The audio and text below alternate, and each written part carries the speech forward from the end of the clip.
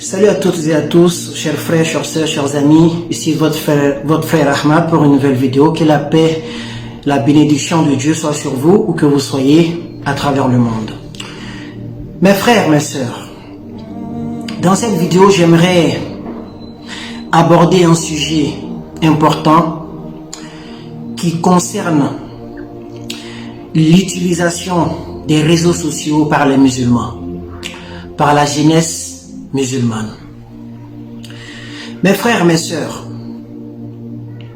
au vu de tout ce qui se passe aujourd'hui dans notre monde, inévitablement et incontestablement, les réseaux sociaux sont devenus une menace pour notre foi en tant que musulmans. Les réseaux sociaux sont devenus une menace pour notre foi en tant que musulmans. Vous savez, plus le monde évolue et plus il y a l'apparition de nouvelles choses qui peuvent être bénéfiques mais à la fois nuisibles à l'être humain. C'est comme un couteau à double tranchant. Et Internet aujourd'hui, les réseaux sociaux plus particulièrement, en font partie. Aujourd'hui, nous avons une façon mauvaise, une vilaine façon de voir les choses. Quelle est cette façon? C'est qu'on a tendance à accorder de l'importance aux gens à cause de leur visibilité. On a tendance à vénérer des gens à cause de leur popularité. Et c'est le cas aujourd'hui des réseaux sociaux. Parce que pour nous, nous croyons que la visibilité ou bien la popularité sur les réseaux sociaux est synonyme d'intelligence. On vénère des gens qui ont des milliers d'abonnés, qui ont une forte audience, non pas pour les idées qu'ils dégagent, mais à cause de leur popularité. On va donner des exemples, même si on ne va pas citer des noms. Et quand c'est comme ça, c'est très dangereux.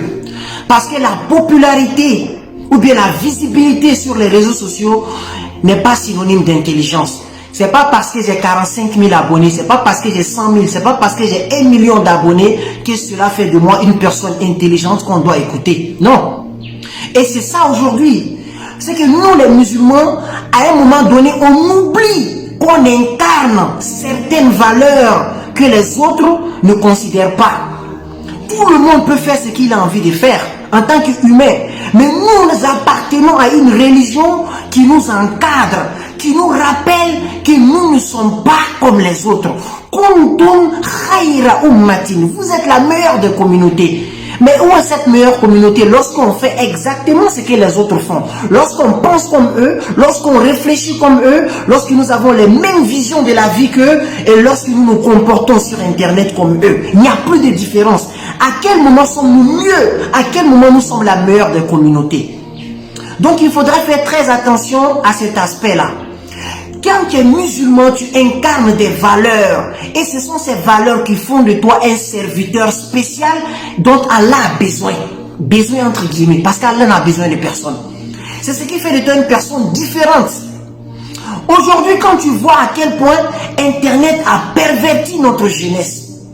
Internet a fait des gens, a créé une sorte de race de gens qui ne connaissent plus la honte, qui ne connaissent plus la pudeur. Les musulmans n'ont plus honte sur Internet au même titre que les non-musulmans. Les non-musulmans abordent des sujets sensibles qui pour un musulman doit avoir honte même d'aborder ces sujets-là publiquement. Et ce sont les musulmans, les sœurs et les frères qui viennent s'agripper. Ils oublient même qu'ils appartiennent à une religion qui leur interdit de prendre part à certains débats publiquement. Quand on parle de sexualité, regardez comment Internet a banalisé la sexualité. Regardez ce nouveau phénomène qui est apparu qu'on appelle les coachs. Subhanallah. Ces gens-là, ils viennent parler, 90% de leur sujet repose sur le sexe. Parce qu'ils ont réussi à faire du sexe un sujet banal. Et pire, si c'était le sexe seulement dans le foyer, alhamdoulilah. Mais même le sexe hors mariage, pour eux, ce n'est pas un problème. Mais si pour eux c'est pas un problème, c'est pas grave, c'est pas des musulmans. Ils n'ont de compte à rendre à personne. Mais toi qui es musulman et tu viens écouter ces sujets où on banalise la fornication, où on banalise l'adultère, tu viens, tu écoutes ça, tu prends ton plaisir, tu participes même au débat.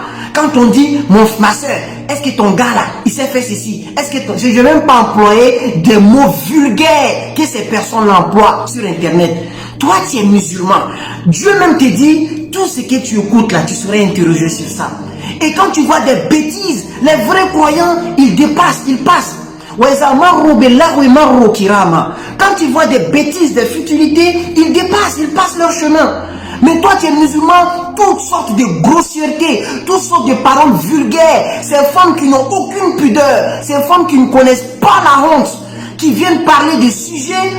C'est-à-dire, normalement, tu dois être même ta sensibilité en tant que musulman, tu n'en as rien à faire.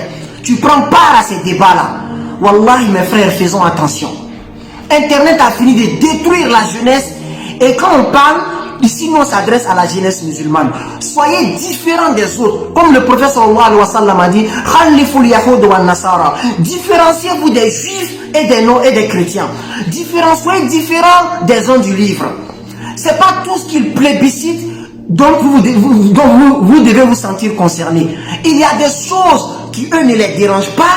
Il y a des sujets qui ne les dérangent pas. Toi en tant que musulman, ça doit heurter ta sensibilité. Tu dois avoir honte.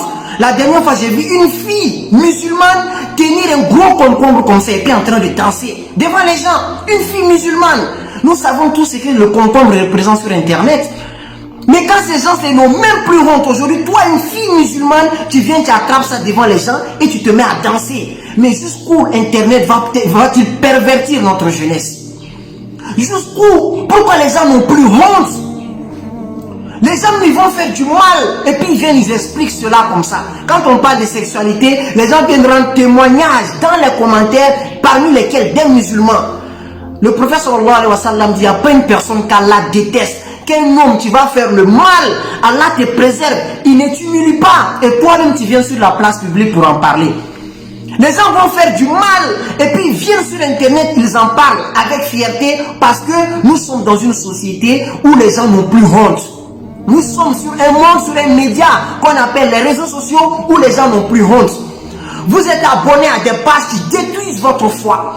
Vous êtes abonné à des pages qui vous pervertissent. Vous croyez ceux que vous appelez coach ou je ne sais quoi là, vous croyez que c'est eux nos parents ont écouté pour faire 50 ans, 100 ans de foyer sans jamais divorcer?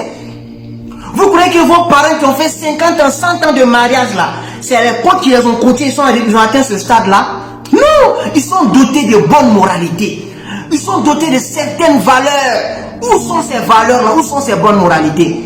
Vous écoutez des coachs chaque jour qui vous parlent de sexe, mais toujours dans vos foyers il y a des problèmes. Vous êtes abonné à des pages qui tout le temps sont censés vous coacher, alors que eux-mêmes, leur vie n'est pas un exemple. Des femmes dépigmentées jusqu'à dans la moelle épinière. Des femmes qui viennent faire la promotion de tonnes de mèches. Des femmes qui viennent faire la promotion de produits interdits en islam. Et toi, en tant que musulman, en tant que musulmane, ce sont ces personnes-là qui sont qui sont importantes à tes yeux. Parce que tu ne fais pas attention, tu te dis comme c'est internet, il n'y a pas de problème. La pornographie, ça n'existe pas seulement qu'en image. Hein. Même dans la façon de parler, on peut faire du porno. Même dans la façon d'écrire, on peut faire du porno. Mais quand tu écoutes certaines femmes, c'est du porno à son sens pur. Et vous venez vous agripper à ça parce que c'est internet. Ou bien quand on parle de sujets sexuels, toi tu n'es même pas marié, mais c'est toi qui connais comment ça se fait. Comment tu sais tout ça? Wallahi, on n'a qu'à craindre Dieu. Internet, comme je l'ai dit, est en train de nous détruire, est en train de nous égarer de notre objectif vis-à-vis d'Allah. Les autres n'ont qu'à faire ce qu'ils ont à faire, c'est leur problème. Mais nous qui disons que nous sommes musulmans, nous appartenons à une religion qui nous encadre, qui symbolise certaines choses, qui représentent certaines valeurs que nous devons respecter. Faisons attention à la façon dont nous utilisons Internet. Venir danser, s'habiller de façon extravagante dans les stories, à la recherche de visibilité, à la recherche de likes, à la recherche d'appréciation. La hawla wa la quwwata illa billah. C'est ce que j'avais à vous dire. Je vous prie de transférer ce message, de le partager partout où besoin sera. pour que les musulmans qui ne sont pas dans ma liste d'amis puissent également bénéficier de ces conseils. C'était votre frère Ahmad. Wassalamu alaikum wa rahmatullahi wa barakatuh.